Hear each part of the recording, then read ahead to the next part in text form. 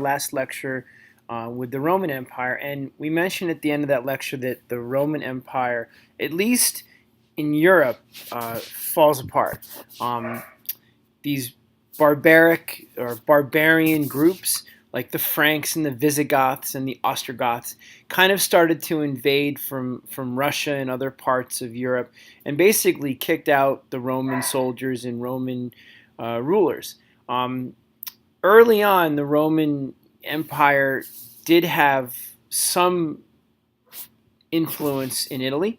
Rome was still the center of the Roman Empire, but eventually the power is going to move towards this part of the Roman Empire, the Eastern Roman Empire, and Constantinople is going to be kind of the new center, and Constantine becomes the new Roman emperor, and we're going to talk about him in a second, but eventually, even though the Romans, even though the Romans initially were against Christianity, eventually the Romans are going to embrace Christianity, and as you see here, Catholicism becomes the dominant religion in Europe. So it's kind of ironic that early on they persecuted Christians, but eventually the Roman leaders would embrace Christianity. So after the Roman Empire falls, Europe basically is even it's a mess. The roads are in disrepair. The cities in Europe were falling apart. Without the Roman centralized government, there was really no government. You had these small kingdoms, and even within these kingdoms, you had small rulers. So it was pretty chaotic and not very unified. Eventually, we know that's going to change because these small kingdoms would become larger kingdoms, like the Franks and the Burgundians would form and become France. The British and the Anglo-Saxons would eventually merge to become the island of Britain. So, that's going to change later on. But early on, Europe is kind of you can see all the different colors. It's kind of it's a mess. It's just, very disjointed. Um, and because the roads are in disrepair, long distance trade along those Silk Roads is going to fall apart. The Roman Empire for hundreds of years, they were collecting taxes, they were paying soldiers and laborers and others to maintain these roads. But once that empire falls apart, so does everything else, the infrastructure. So I mentioned earlier, Rome is initially divided into two empires: the Western Empire that was centered in Rome, and then the Eastern Empire that was centered here in Constantinople. Eventually, we talked about those barbarian groups kind of taking over, and by 330 CE, there's only an Eastern Roman Empire. And this guy Constantine, is the new emperor. I think I mentioned that a couple seconds ago. Eventually, though, Constantine is going to build his own empire, and it's going to be known as the Byzantine Empire. So, to simplify it, the Roman Empire, is split in half, and eventually the western part disappears, and the eastern part becomes the Byzantine Empire. It would encompass Greece, Turkey, Egypt, Syria, Jordan, Israel. Pretty large empire, not as big as the early Roman Empire, but fairly large in itself. Constantine's important because as Roman emperor early on, he's the one that basically accepts Christianity. He believes in Christianity, stops persecuting Christians, and he legalized it. So that's a pretty significant moment, for Christians and for Catholics. Constantinople is the city named after him. Today it's Budapest. It would be Turkey. And it was the center of trade and wealth really throughout the region.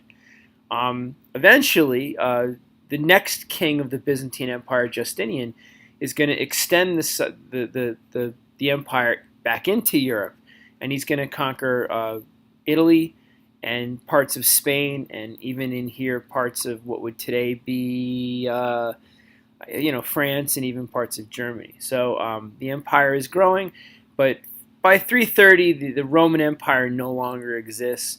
Again, it's now the Byzantine Empire. So the Byzantine Empire, Constantine embraces Christianity, but he doesn't embrace Catholicism.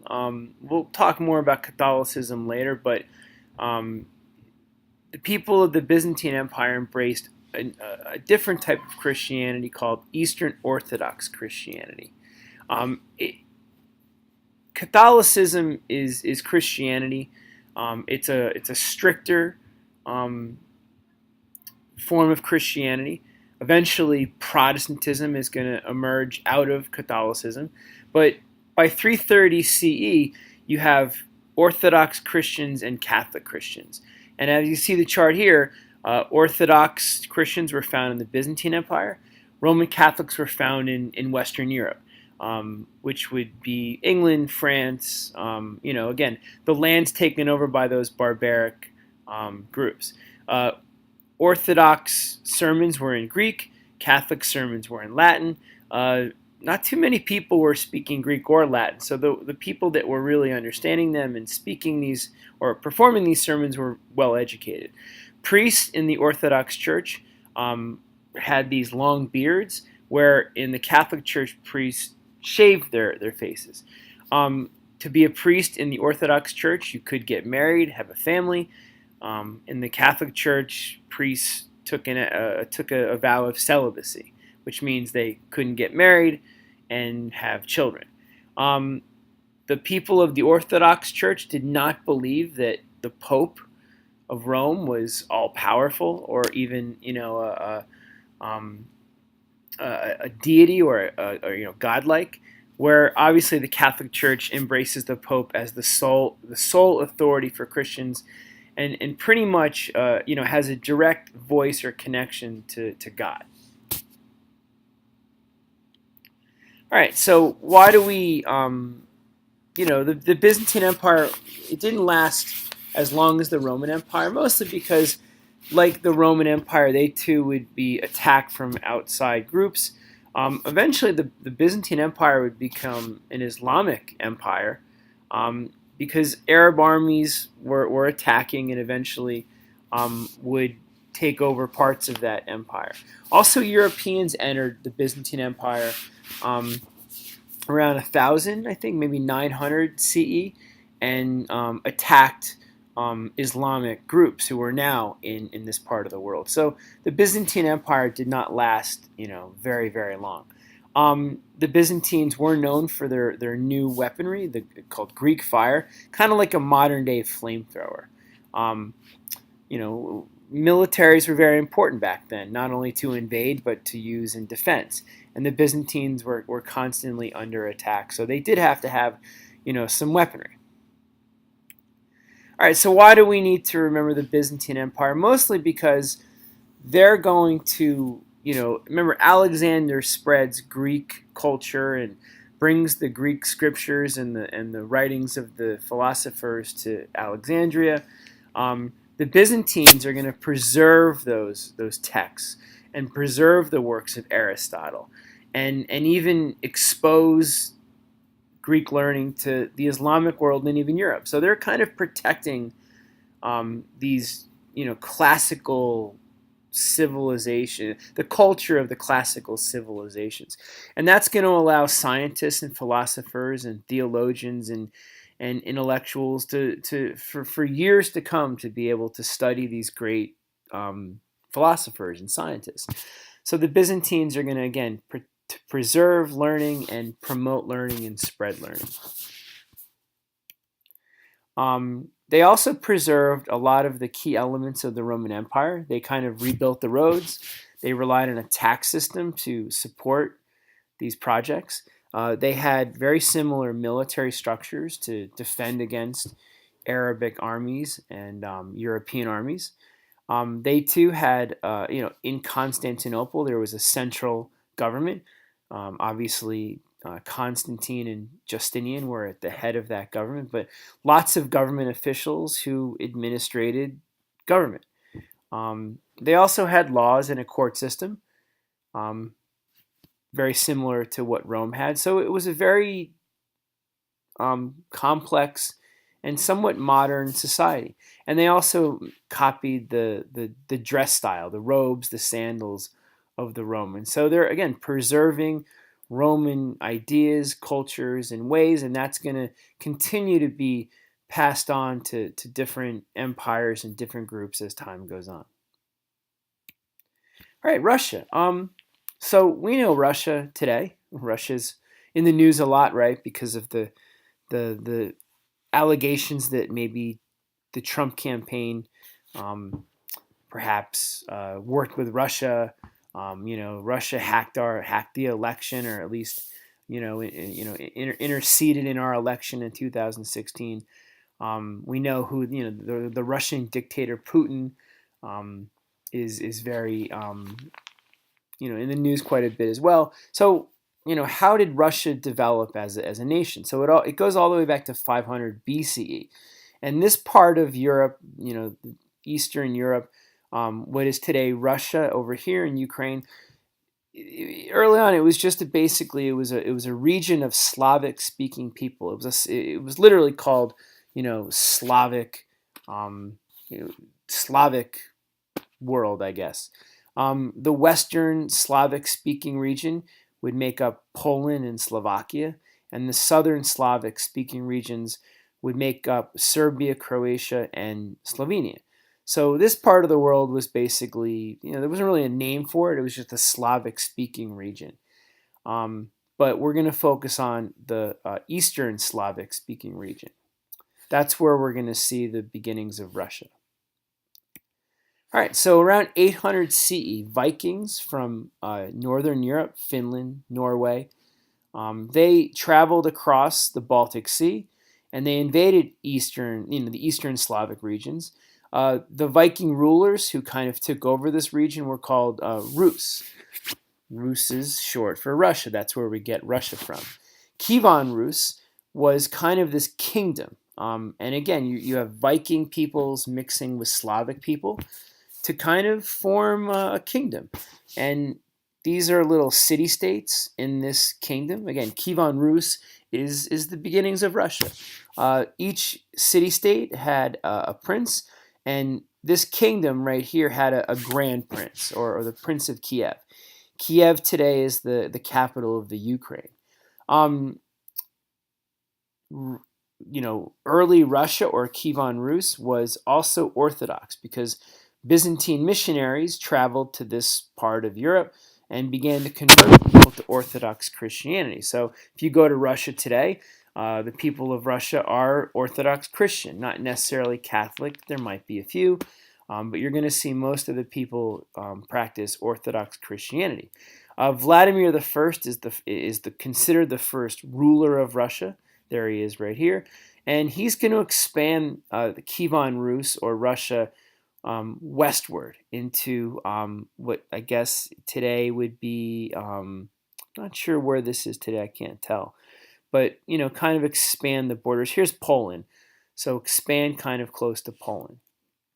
So Russia was kind of an, the people of Russia have connections to the Vikings.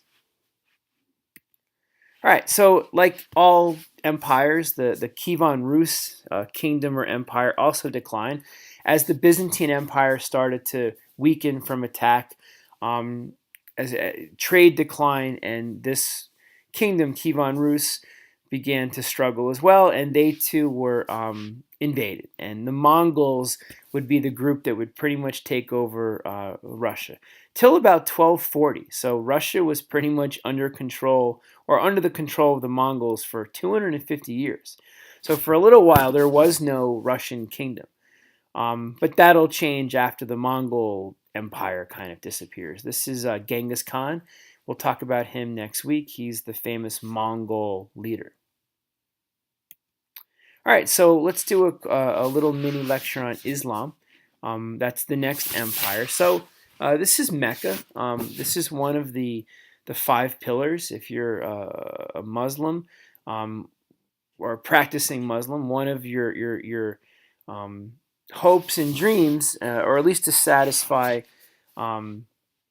your religion, it's to travel to Mecca, which is in Saudi Arabia. It's a beautiful place. I've never been there, but I've read a lot. And this is, again, one of the 5 pillars. We'll talk about that in a second. All right, so Islam originates right here in Arabia. Today, this is Saudi Arabia, and it was located along, the Persian Gulf, the Red Sea, the Mediterranean. It was right there near the Silk Roads. Very easy to connect to some of the roads in Africa. So Islam is going to spread very easily because of where it originates. The founder of Islam is Muhammad. Around 570 CE, he emerges. He was a caravan manager. He wasn't a king or a ruler. He was basically a trader. And um, because of that, he had a lot of contact with Jews and Christians. And it's through that contact where he kind of had a revelation or a revelation from God or Allah. And basically, this revelation was to promote um, a monotheistic religion called Islam. And again, he was inspired through his contacts with Jews and Christians.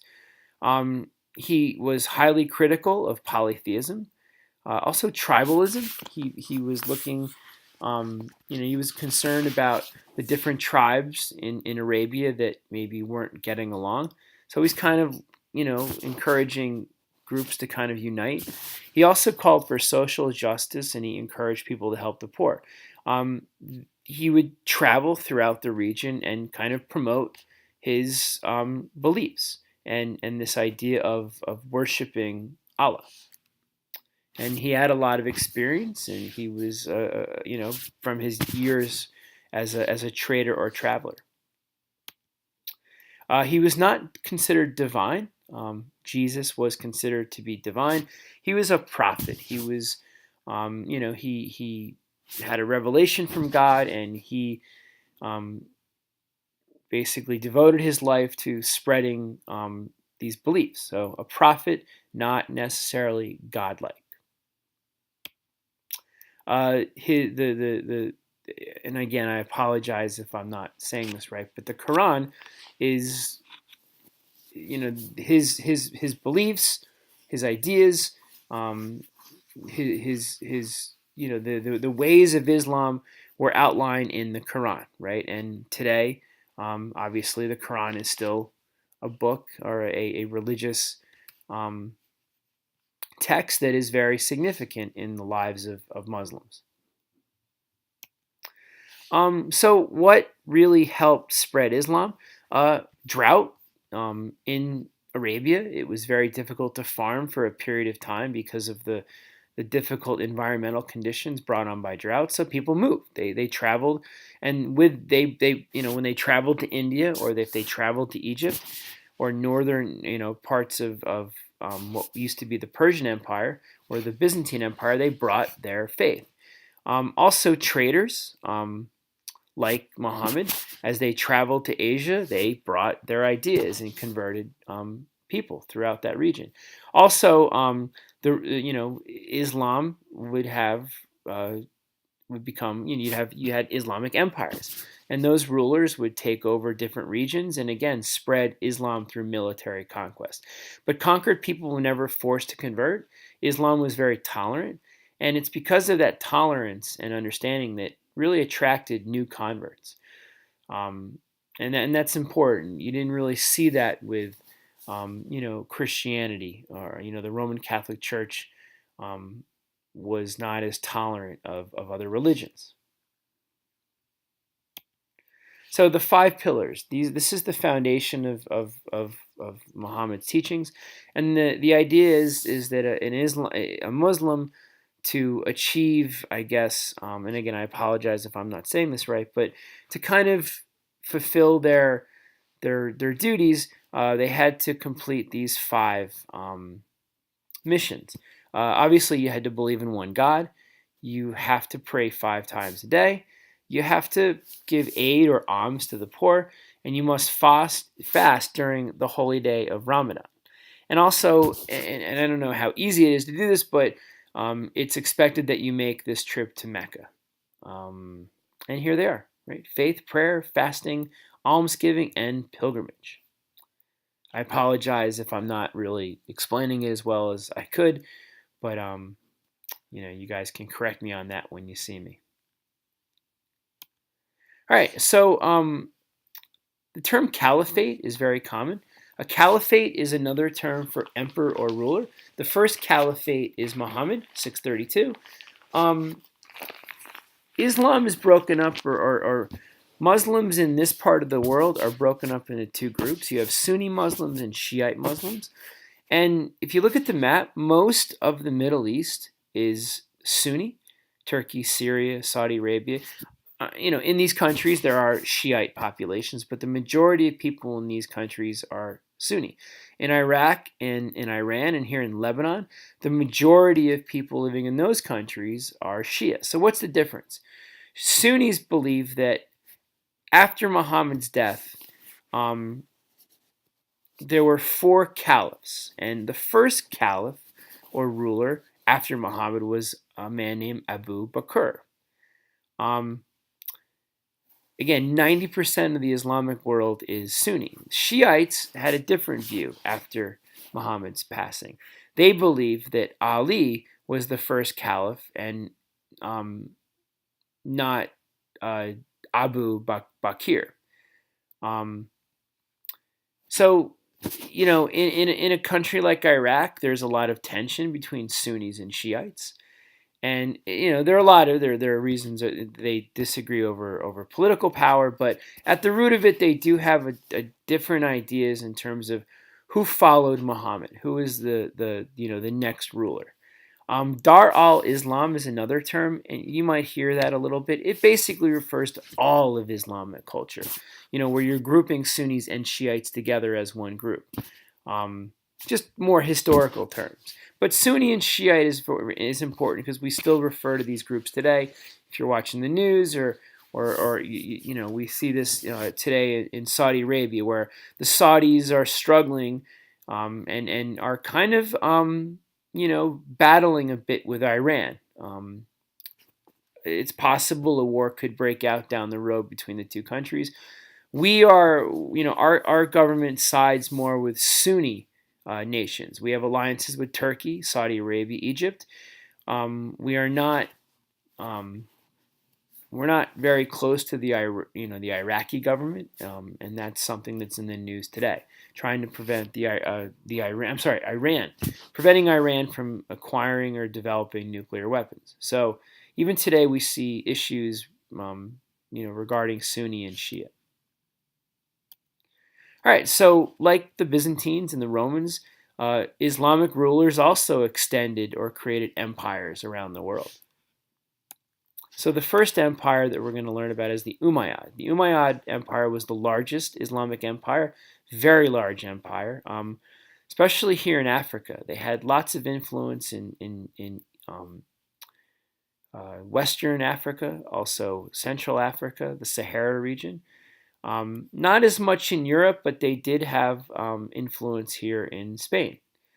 It was a 90-year empire. Again, the empire spanned from Spain to India. They were known for tolerating or allowing, toleration for Christians, unlike the Romans, right? And also trade with Asia was very profitable, whether it was through the Silk Roads or water-based trade. They actually borrowed Asian, or they adopted Asian ships called dhows, and this is a dhow, to help them with their trade. So we see, different cultures interacting, right, and sharing their ideas and their innovations. The Abbasid Empire is the next empire. Its capital was in Baghdad, which is Iraq. I'm not sure where that is. Here it is, Baghdad. They too would allow, there was tolerance. Converts of Islam, especially here in parts of Africa, they had to follow the 5 pillars, but they could still maintain their local customs and culture. They were attacked by another Muslim group called the Seljuk Turks from up here, this part of the world. And also European Crusaders, we'll get into that next week. And the Mongols also invaded this empire and eventually controlled much of it, especially here through what used to be Persia. And the Turks again came from kind of parts of where Russia would be, um, down into here. And these are the Mongols. All right. So why do we need, why is it important to study these Islamic empires? For one, architects study the architecture of the early Islamic empires. Here you go, some beautiful structures with some, beautiful architecture, very different from Roman architecture, right? We don't see the columns or the frescoes or the Colosseum type architecture. Like the Byzantines, Islamic scholars saved Greek classics from being destroyed or disappearing. They were translated into Arabic. Eventually, these classics would make their way back to Europe through trade. Also, merchants and missionaries would kind of be the middleman, and they would spread Asian innovations like paper making and mathematics to Europe. So they're kind of helping facilitate the transfer of goods, ideas, and other things. All right, so we're going to kind of wrap up our lecture with Africa, just a few slides. So what's happening in Africa during this time? Well, we'll go back to 3000 BC. The first group of people in Africa kind of were from this region. They were called the Bantu people. This is kind of where, man kind of originates, this part of Central Africa. And they're going to, over time migrate into southern and eastern Africa through mostly, you see the Congo River, Lake Victoria, the Nile down here. They're going to use canoes to travel. They're going to bring their iron tools and weapons to this part of Africa, which would be Eastern Africa. They're also going to bring something called bananas. They're going to basically transfer bananas and yams, and that's going to allow the populations in Eastern Africa to grow. They also brought diseases like malaria. So, but over time, the population of Africa will grow, especially in this southern and eastern region. This is South Africa. So Africa is also going to grow in population. All right. Bantus were monotheistic, like Christians, like Muslims. They also believed in something called ancestor veneration. The Chinese also believed in this. It's really simple. It's this respect for the dead, that's dead, and also this belief that ancestors would always guide and protect them. If you've ever seen the movie Amistad, that's a theme where the captured slaves believe that their ancestors will save them from death and execution. But maybe if we get a chance, we can watch that film at some point in time. They created masks and sculpted figures that were religious. Also, they developed drums and flutes, right? So there's the impact, right? Modern drumming, modern music. And also they used storytelling to pass their history on from generation to generation. They did not have a written language per se, like Egyptians or like Greeks or Romans. All right, so a little bit about African trade. There was a lot of trade between Egypt and this part of Africa, Western Africa. There were roads. It's a very difficult place to live with the desert, but there were ways to get from Egypt and northern Africa into Central Africa. And don't forget, now that's going to allow goods and ideas from the Middle East, like Islam, to kind of make its way into this region. And this part of Africa becomes a Muslim region because of these trade networks. Camels were used to travel and bring goods to that part of the world. The African people developed the first saddle, obviously to help them on the camel. And they're going to be, the items that the African people are going to trade. They're going to be trading gold, ivory, and slaves to Asia for iron and for other products, silk, porcelain. And this trade network, again, I mentioned it's going to connect West Africa with the Middle East and Asia. There was also Indian Ocean trade. So Eastern Africa, they're going to be trading with Asia through the sea. Through those dhows are going to transfer goods from India and China to Eastern Africa, Tanzania, Somalia. They're going to be trading the gold and ivory of Africa for Asian cotton, porcelain, and iron. All right, so what about West Africa? If you know American history, we know the first slaves came from Western Africa. But before, African Americans were slaves, they lived in these wonderful kingdoms. Ghana, I don't have it on a map, but Ghana is in this region. They were selling gold and ivory to Muslim traders through those trans-Saharan networks. And then Mali. Mali was the most dominant kingdom of Africa during this time. They had an amazing, city or capital called, and they still have it, called Timbuktu. That's ancient Timbuktu. You can see it's very urban. It was the center of Islam. Islam is going to grow in this kingdom and also throughout Western Africa. This is Timbuktu today. This is the ancient palace. So the great ruler of the Mali Empire was a man named Mansa Musa. He is credited for spreading Islam to Western Africa. He established religious schools and mosques to help promote Islam, and he's also considered the richest human in the history of the world. That's going to be our next lesson. We're going to dive a little deeper into that. Was he the wealthiest human? What made him so wealthy? Pretty much gold.